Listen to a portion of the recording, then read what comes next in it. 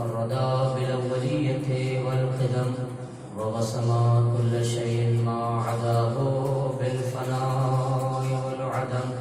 ثم الصلاة والسلام والتحية والإكرام على الرسول النبي الأمي القرشي المكي الهاشمي على التهامي السيد البهي السراج المضيء الكوكب الدري صاحب الوقار والسكينة المدفون بأرض المدينة العبد المؤيد والرسول المصدق المصطفى الأمجد المحمود الأحمد أبي القاسم محمد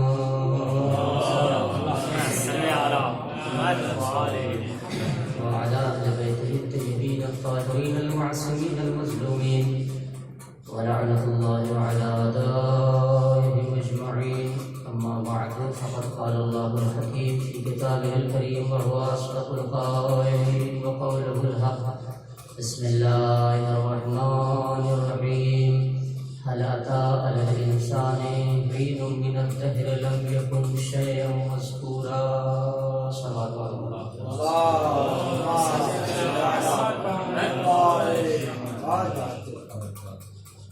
خالق کائنات اور دیار عالم ارشاد گرامی ہے کہ انسان پر ایک ایسا زمانہ گزرا ہے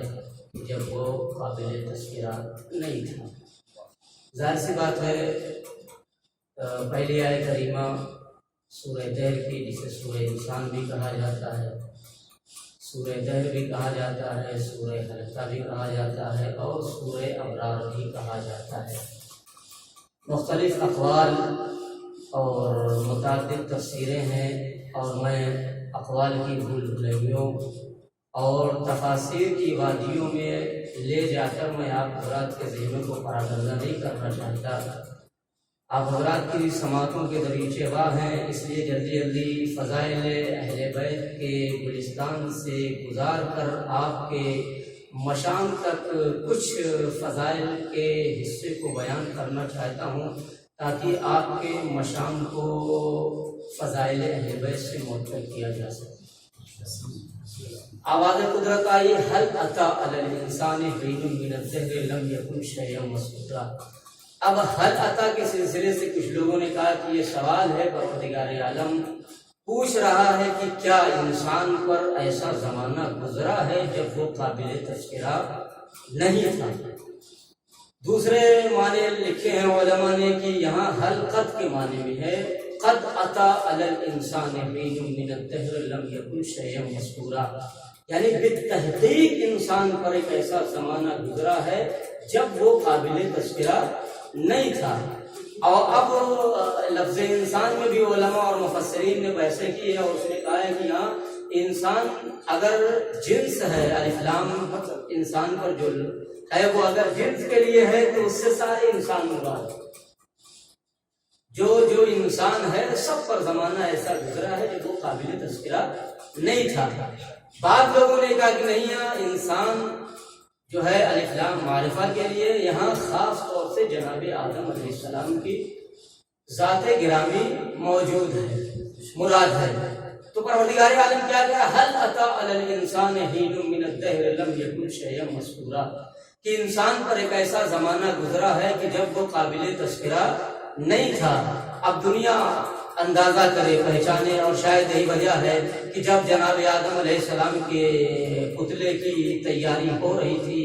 اور مختلف مقامات سے مٹیاں منگوائی گئیں اور جناب آدم علیہ السلام کا پتلا تیار کیا، اسی واقعات کی طرف پروردگار عالم اشارہ کر رہا ہے کہ جب مٹی منگائی گئی آدم کا پتلا تیار کیا گیا اسے گھوندا گیا اور ایک مدت تک جناب آدم کے پیکر کو چھوڑ دیا گیا تو جناب آدم کا پیکر نہ قابل تذکرہ تھا نہ قابل بیان تھا. مٹی تھے مٹی منگائی گئی قابل تذکرہ نہیں تھے. آگ مٹی پانی ہوا یہ جو سارے عناصر ہیں ان سے جناب آدم علیہ السلام کا پتلا تیار کر دیا گیا مگر ابھی بھی جناب آدم قابل تذکرہ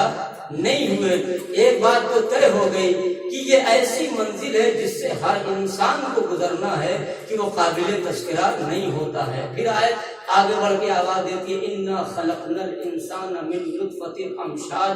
ہم نے انسان کو ملے جلے پانی اور نطفے سے پیدا کیا ہے، نبتلیہ فجعلناہ سمیعا بصیرا، تاکہ ہم اسے آزمائیں۔ کیوں؟ فجعلناہ سمیعا بصیرا، پھر ہم نے اس انسان کو سمیع بھی بنایا، بصیر بھی بنایا۔ پیدا ہونے کے وقت انسان کی دو صفتیں اللہ نے ذکر کی۔ اب یہیں سے آل محمد جو مادیت کے پیداوار ہے اور جو الہی مخلوق نوری مخلوق ہے، دونوں میں فرق پیدا ہو جائے گا۔ مادے کی جو پیداوار ہے ان کے لیے اللہ نے کیا کہا؟ من نطفۃ امشاج، ہم نے ملے جلے پانی سے پیدا کیا، اور ان کی دو صفتیں رکھی ولادت کے وقت، ایک فجعلناہ سمیعا، دوسرے بصیرا، ہم نے سمیع بھی بنایا، بصیر بھی بنایا۔ تو کیا انسان بولتا نہیں ہے؟ ہاتھ نہیں ہوتے ہیں، زبان نہیں ہوتی ہے، دماغ نہیں ہوتے؟ نہیں ہوتا، سب کچھ ہوتا ہے، مگر ہاتھ ہے، حرکت کرنے کی صلاحیت نہیں ہے، زبان ہے، قوت گویائی نہیں ہے، پیر ہے، چلنے کی طاقت نہیں ہے، سب کچھ ہے، مگر دیکھتا ضرور ہے، سنتا ضرور ہے۔ جو ابرز ولادت کے وقت صفت تھی اس کا قرآن مجید نے تذکرہ کیا، فجعلناہ سمیعا بصیرا، ہم نے انسان کو سننے والا بنایا اور دیکھنے والا بنایا۔ اس کا مطلب یہ ہے کہ جو مادے سے پیدا ہوتے ہیں ان کے لیے اللہ نے دو صفتیں رکھی، حالانکہ طاقت آئے گی، ہاتھوں میں قوت پیدا ہوگی، کچھ دین کے بعد، توتلانے کے بعد، تتلاہٹ کے بعد، زبان میں لغت پیدا ہونے کے بعد انسان تکلم کرے گا، قوت گویائی آئے گی، مگر ایک مرحلہ طے کرنے کے بعد انسان بولے گا، فوراً نہیں بولتا ہے۔ بس یہیں سے پہچان لیجیے جو مادے کی پیداوار ہے وہ بولنے میں وقت کے محتاج ہوتے ہیں، مگر جو نور کی پیداوار ہوتے ہیں وہ بولنے میں وقت اور مقدار کی پیداوار اور مادے کے محتاج نہیں ہوتے ہیں، وہ وقت اور زمانے کے محتاج نہیں ہوتے ہیں بولنے میں۔ اب اگر کوئی گہوارے میں 3 دن کا ہو اور بولنے لگے اور یہ کہے انی عبداللہ آتانی الکتاب وجعلنی نبیا، تو اس میں شک نہیں کرنا چاہیے۔ تو 3 صنف ہو گئی، ایک وہ جو مادے سے بنا، ایک وہ جو پسینے سے پیدا ہوا۔ میاں مادے کی پیداوار کی صفت کے لیے کیا اللہ نے فجعلناہ سمیعا بصیرا، ہم نے انسان کو سمیع بنایا، بصیر بنایا، بولتا ہے مگر پیدا ہونے کے وقت بولنے کی صلاحیت نہیں ہے۔ اب اگر کوئی پسینے سے پیدا ہونے کے بعد جو جس کی تخلیق انبیاء پیغمبر کے پسینے سے ہوئی ہے، اگر وہ گہوارے میں 3 دن کا ہو کے آگے بولے تو اسے تعجب نہیں کرتا ہے مسلمان، کہتا ہے اللہ کی قدرت ہے، ان اللہ علی کل شیء قدیر۔ میاں جو پسینے سے پیدا ہو اگر وہ بولنے لگے گہوارے میں تو تعجب نہیں ہوتا ہے، تو اگر پیدا ہونے کے بعد 3 دن کے بعد دستے نبوت میں کوئی قرآن کی تلاوت کرنے لگے، جو نفس نبی بھی ہے، نفس اللہ بھی ہے، صلوات پڑھ دیجیے پر محمد وآل محمد۔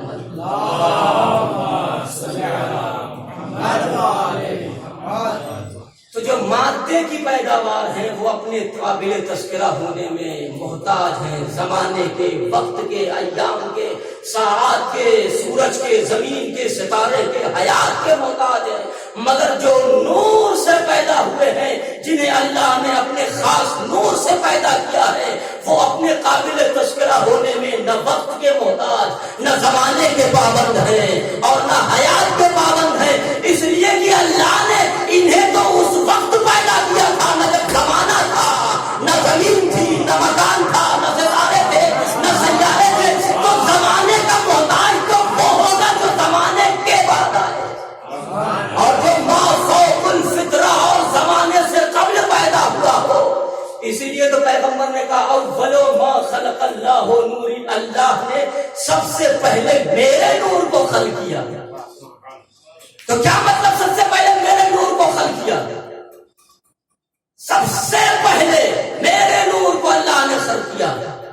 نہ زمین، نہ زمان، نہ مکان، نہ ستارے، نہ سیارے، نہ آفتاب، نہ مہتاب، نہ دنیا، نہ حیات۔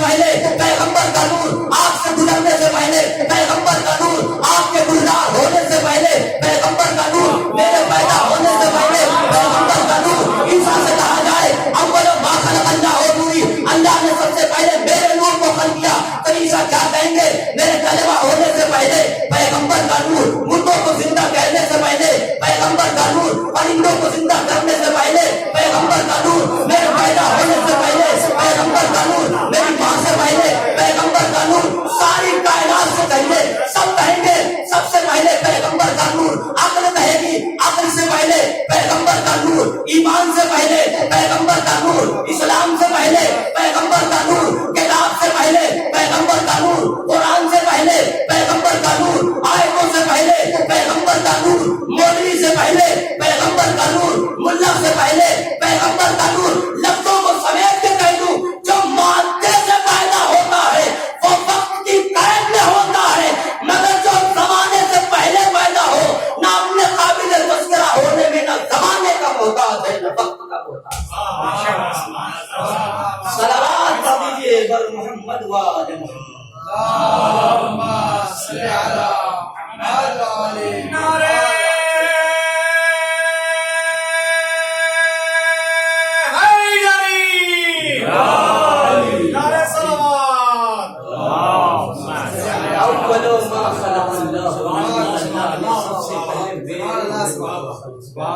تو یہ اہل بیت ہے انا وعلی من نور واحد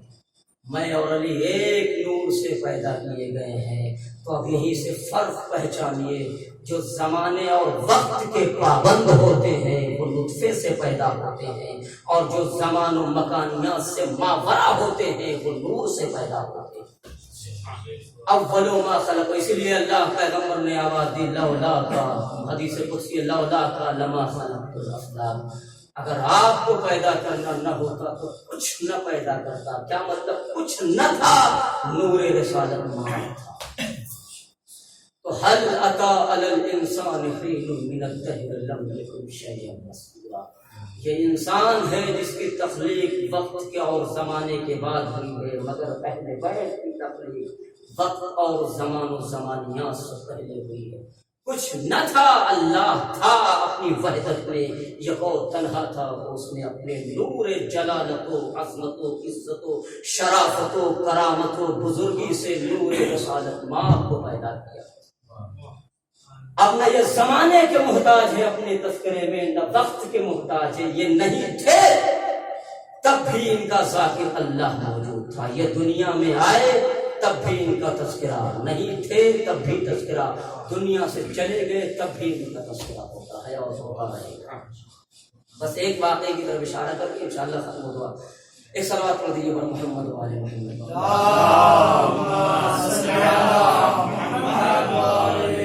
میں نے کہا یہ زمانے اور وقت کے محتاج نہیں ہیں اپنے قابل تذکرہ ہونے میں یہ تو ہم انسانوں کا مقدر ہے جو ہم زمانے اور وقت کے محتاج ہیں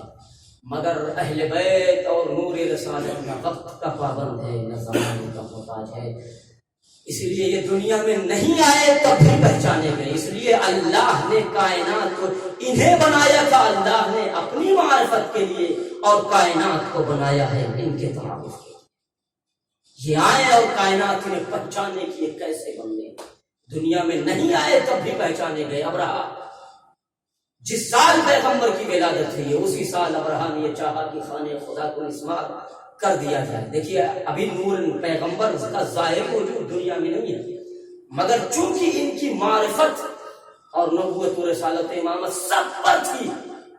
چونکہ انسان کو عقل دے کر اختیار دے دیا گیا ہے کہ تم اپنی عقل پہ پرکھ کر ہمارے نبی کو نبی مانو ہمارے امام کو امام مانو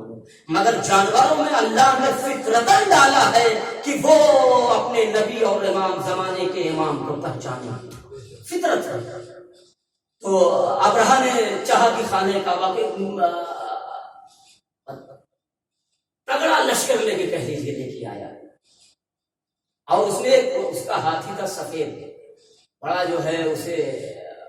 کھلاتا پلاتا تھا نشہ بھی کراتا تھا اور اسے سدھایا ہوا تھا سدھایا ہوا ہاتھی تھا جب کسی کو مارنا رہتا تو ہاتھی چھوڑ دیتا تھا اور ہاتھی اسے ختم کر دیتا تھا۔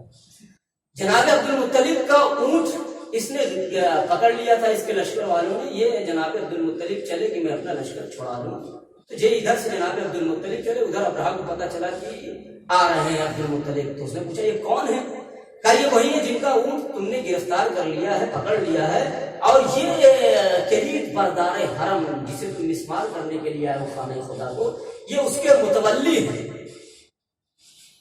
اس کے کلید بردار ہیں، مدیر کہہ لیجیے عام فہم میں، اس کے مدیر خانے کا بات، ہاں ٹرسٹی تو اور تھوڑا دائرہ، ہاں تو مدیر ہیں، متولی ہیں اور دیکھنے نگہبان ہیں، کلید بردار حرم، آبرو قریش، چشم و چراغ خاندان بنی ہاشم ہیں۔ یہ تعارف عرف ہو گیا تھا۔ اچھا تو اس نے یہ سوچا ہوگا کہ آئے ہیں تو اپنا اٹھوا مانگیں گے، ظاہر سی بات ہے جو ہمارا جو پکڑا وہی تو پہلے جا کے مانگیں گے، ہمارا راتی پھنسا تو ہم پہلے جا کے اپنا چھڑائیں گے کہ کسی اور کا وہاں لگوانے جائیں گے، اور بات تو یہ ہوگی آپ آئے مجھے مار، وہی ہوگی۔ تو انہوں نے سوچا کہ آ رہے ہیں اپنا اونٹ چھڑانے کے لیے، اور جا بھی رہے تھے اسی غرض سے، اور گفتگو میں ہے میں بعد میں اشارہ کروں گا، مگر جب ادھر سے جناب عبد المطلب چلے ہیں، پیغمبر کا نور دیکھا کہ دنیا میں نہیں آئے ہیں، مگر اللہ نے انہیں اپنے نور خاص اور جلالت و عظمت سے پیدا کیا ہے، یہ اپنے تعارف میں نہ وقت کے محتاج ہے، نہ انسانوں کے، نہ عقلوں کے۔ آئے ادھر سے جناب عبد المطلب چلے، ادھر سے جب اسے پتا چلا یہ سردار قریش ہے، تو اس نے اپنا ہاتھی چھوڑا، جو مرتہا ہاتھی جسے کہہ لیجیے اپنی زبان میں، وہ سب کو مار دیتا تھا، قتل کر دیتا تھا۔ جیسے ادھر سے جناب عبد المطلب چڑھے، ادھر سے اس نے وہ ہاتھی چھوڑا کہ ابو عبد المطلب کو اذیت پہنچائے گا، آنکھوں سے آنکھیں ٹکرائی۔ ایک مرتبہ عبد المطلب نے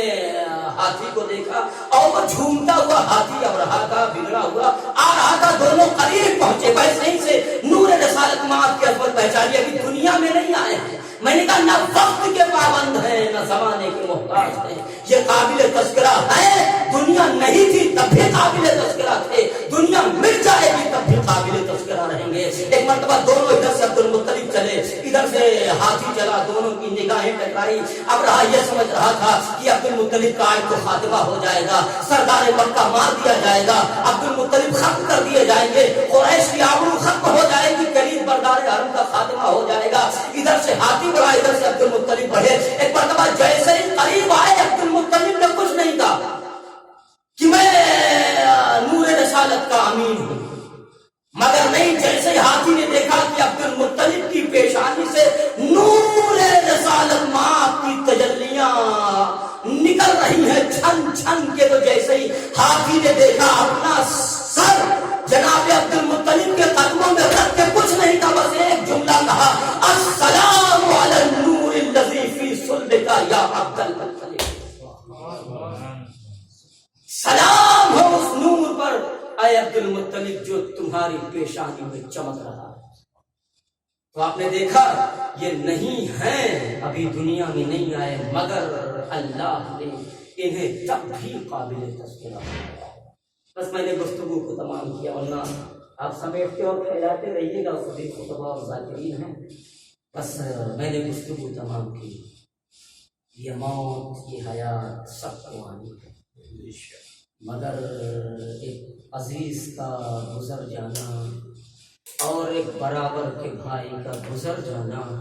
نگاہوں کے سامنے، یہ حسین سے کوئی پوچھے تو پتہ چلے گا کہ برابر کے بھائی کی موت کیا ہوتی ہے۔ عزیز دوست دنیا سے گزر گئے، برابر کا بھائی دنیا سے گزر گیا۔ کسی کو بھی نہ اندازہ ہوتا کہ برابر کے بھائی کے مرنے سے انسان کے جسم کی اور دماغ اور ذہن و فکر و خیال کی کیا کیفیت ہوتی ہے اگر کربلا میں سرکار شہادت غریب زہرا حضرت امام حسین نے وہ تاثر نہ پیش کیا ہوتا جو اپنے برابر کے بھائی جناب مولا ابو الفضل عباس کی شہادت پہ مرثیہ کہتے حسین نے کہا۔ کسی کو نہ اندازہ ہوتا کائنات میں کہ بھائی کے مرنے سے کیا ہوتا ہے اگر حسین نے نہ بتایا ہوتا کربلا کے میدان میں، وہ بھی اس منزل پر جہاں فرزند زہرا غریب زہرا یکو تنہا ہے، سب چاہنے والے حسین کا ساتھ چھوڑ چکے ہیں، سب مارے جا چکے ہیں، ایسے عالم میں ایک مرتبہ عالمدار کربلا سامنے کھڑا ہے، آواز دیتا ہے آقا مجھے مرنے کی اجازت دے دیجئے۔ بڑی تگ و دو کی، بڑی کوشش کی، مگر عباس کو اجازت نہیں مل رہی تھی۔ آخر میں سکینہ نے در خیمہ سے آواز دی، چچا چچا بھتیجی کو اگر زندہ دیکھنا چاہتے ہیں تو ایک قطرے آب لا دیجیے، ورنہ آپ کی بھتیجی آپ کے سامنے دم توڑ جائے گی۔ حسین عباس نے ایک ہاتھ سے مشکیزہ سنبھالا اور ایک ہاتھ سے سکینہ کا ہاتھ پکڑا، انگلیوں کو پکڑ کے حسین کی خدمت میں لے آئے۔ حسین سمجھ گئے کہ عباس تم نے مرنے کے لیے بڑا اچھا وسیلہ تلاش کیا ہے۔ آواز دیتے ہیں چچا، سکینہ نے بابا کا دامن ہلایا، بابا چچا سے کہہ دیجئے پانی لے آئے ورنہ آپ کی لاڈلی مر جائے گی۔ آزاداروں پر سننا تھا، حسین نے سکینہ کو کلیجے سے لگایا، عباس کو رخصت کیا، بس میں نے اس یہاں تک لانا تھا آپ کو، بس میں نے ختم کیا۔ ہاں آزاداروں، اب جانتے ہیں برابر کا بھائی، سامنے کا دوست برابر کا اگر دنیا سے گزر جائے تو وہ کیفیت جو ایک انسان اور برابر کے بھائی پر ہوتی ہے، اگر کربلا کے میدان میں غریب زہرا نے نہ بتایا ہوتا تو شاید زمانہ احساس ہی نہ کر پاتا کہ برابر کے بھائی کے مرنے سے کیا ہوتا ہے۔ ادھر عباس کو اجازت ملی، مشکیزہ سنبھالا، دوش پہ علم رکھا، گھوڑے کو ریڑ لگائی، فرات کی طرف گئے، پانی کو بھرا، مشکیزے کو بھرا اور بھر کے عباس پلٹ رہے تھے۔ میں نے مختصر کر دیا، ایک مرتبہ ظالموں نے چاروں طرف سے تیر لگانا شروع کیے، مشکیزہ چھڑا، دونوں شان قلم ہو گئے، بس عباس نے جب گھوڑے پہ سنبھلن نہ لگیا تو ایک مرتبہ طرف کے آواز دی، آقا غلام کا آخری سلام قبول کر لیجئے۔ بس یہی منزل تھی، ایک مرتبہ جیسے ہی عباس کے جملے سنے، ارے فاطمہ کا 57 برس کا بیٹا کمر پکڑ کے زمین کربلا میں بیٹھ گیا اور دنیا کو بتایا، آواز دی الان ان کا سرازاری، اے بھیا باپ، ارے تمہارے مرنے سے حسین کی کمر ٹوٹ گئی۔ اجرکم اللہ، یہاں تک حسین نہ رکے اور بتایا کہ دیکھو بھائی کے مرنے سے کیا ہوتا ہے۔ حسین، جس حسین کی کمر ٹوٹ گئی، جس کے مرنے سے اسے عباس کہا جاتا، یہی پتر حسین نہیں رکے اور دوسرا بڑا عجیب فقرہ کہا، بھیا عباس اب تمہارے مرنے سے دشمن تانا بھی دیں گے۔ اے حسین، ارے جس بھائی پر تمہیں بڑا ناز تھا اسے ہم نے مار ڈالا، اور شب طبیعت ہوئی۔ اے بھیا باپ، ارے تمہارے مرنے سے صرف حسین کی کمر نہیں ٹوٹی ہے بلکہ اب زمانہ حسین کو تانا دے گا۔ اے حسین، ارے جس عباس پہ تمہیں ناز تھا وہ مارا گیا۔ ہاں دادا تو آخری جملہ، میں نے ساری منزلیں توڑ دی، سرانے آئے، آواز دی، سر کو آغوش میں رکھا، آواز دی۔ ایک مرتبہ عباس کہتے ہیں دونوں بھائی نے ایک دوسرے کو وصیتیں کی۔ حسین نے کہا، عباس نے کہا، آقا میری آخری خواہش ہے، میں نے سنا ہے جب میں دنیا میں آیا تھا تو میں نے سب سے پہلے آپ کے چہرے اقدس کی زیارت کی تھی۔ آواز دی، میرے بھائی کیوں نہیں زیارت کرتے؟ آواز دی، آقا ایک آنکھ میں تیر لگا ہوا ہے، ایک آنکھ میں سر کا لہو ہے، کچھ دکھائی نہیں دیتا ہے۔ عباس کی نگاہوں سے حسین نے دامن اٹھایا، آواز ایک آنکھ سے تیر نکالا، دوسرے آنکھ میں سر کا لہو صاف کیا اور آواز کی، دیکھا بھائی نے بھائی کو غور سے دیکھا اور قریب تھا کہ عباس تم توڑ کے دنیا سے گزر جاتے، مگر ہاں علمدار کربلا کی زبان پہ فقر آیا، آواز دیے، بھیا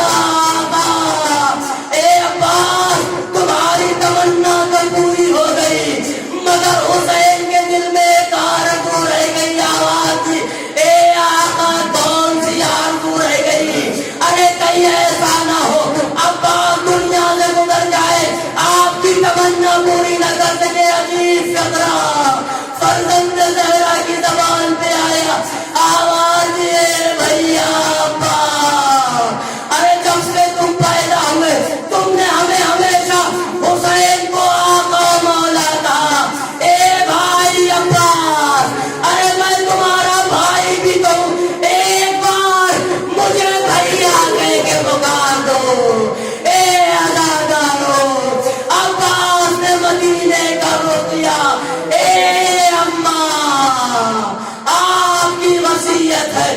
کبھی آقا کو بھیا نہ کہنا